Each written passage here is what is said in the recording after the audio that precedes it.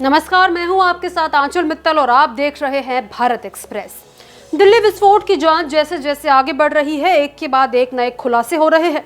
अब पता चल रहा है कि 5 से 6 महीने पहले किराएदार बनकर कानपुर में रहने आए 46 लोग ताला लगाकर गायब हो गए हैं। ऐसे में एजेंसियां इनकी जांच में जुट गई है। जानकारी लगी है कि इनमें से ज्यादातर अकेले ही यहां पर रहने आए थे। दिल्ली धमाके के बाद सुरक्षा एजेंसियों की पड़ताल में यूपी के कानपुर जिले के 132 संदिग्ध लोग हैं। इसके साथ ही 46 किराएदारों पर भी खुफिया नजर है। ज्यादातर लोगों के घरों पर ताला लटक रहा है। हालांकि खुफिया एजेंसियां इन पर निगरानी बनाए हुए हैं।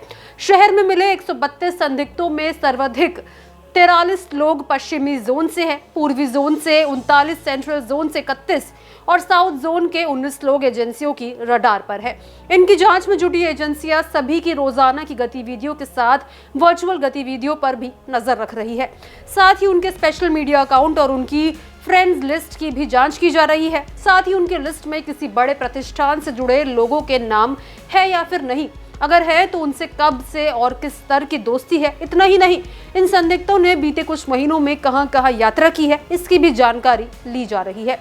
सूत्र बताते हैं कि जो लोग गायब हैं उनमें से कुछ जम्मू के हैं, लेकिन ज्यादातर लोग दूसरे शहरों से हैं। बताया जा रहा है कि ये लोग चमड़ा फैक्ट्री, कारखानों में काम करते हैं। इनमें से कुछ फेरी लगाकर कपड़ा भी बेचते हैं।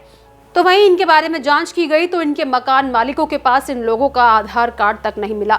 मकान मालिकों ने किराएदारों द्वारा बताई गई जुबानी बातें ही जांच एजेंसियों को बताई है। दिल्ली विस्फोट की जांच जैसे जैसे आगे बढ़ रही है, एक के बाद एक नए खुलासे हो रहे हैं। अब सामने आया है कि 5 से 6 महीने पहले किराएदार बनकर कानपुर में रहने आए 46 लोग ताला लगाकर गायब हो गए हैं। ऐसे में एजेंसियां इनकी जांच में जुट गई है। जानकारी लगी है कि इनमें से ज्यादातर अकेले ही यहां पर रहने आए थे।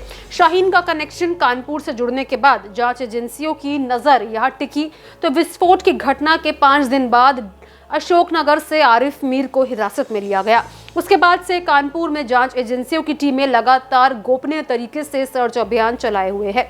कश्मीरी मूल के डॉक्टर, छात्र, पाकिस्तानी, रोहिंग्यो सभी की जांच चल रही है। इसी कड़ी में सामने आया है कि शहर के 5 मोहल्ला में से करीब 46 लोग गायब है। सूत्र बताते हैं कि जाजमऊ, चमनगंज, रावतपुर, काकादेव और बेकनगंज जैसे क्षेत्रों में जांच के दौरान ये जानकारी सामने आई है। जांच में ये भी सामने आया है कि मकान मालिकों ने किराएदारी पर रखने से पहले इनका वेरिफिकेशन भी नहीं करा था।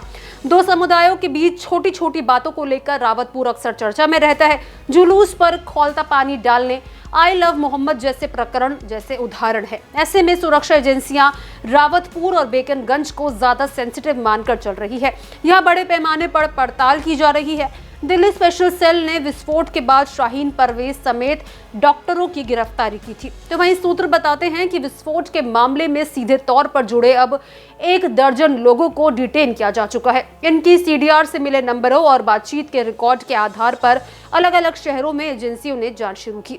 लखनऊ, सहारनपुर के साथ ही कानपुर का भी नाम सामने आया है। स्पेशल सेल से मिले इनपुट के बाद ही पूछताछ के लिए तलाश शुरू की गई तो 46 लोग गायब मिले।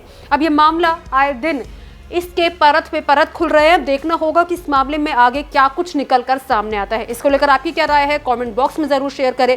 साथ ही इस मामले से जुड़े तमाम अपडेट्स के लिए हमारे चैनल को जरूर सब्सक्राइब करें।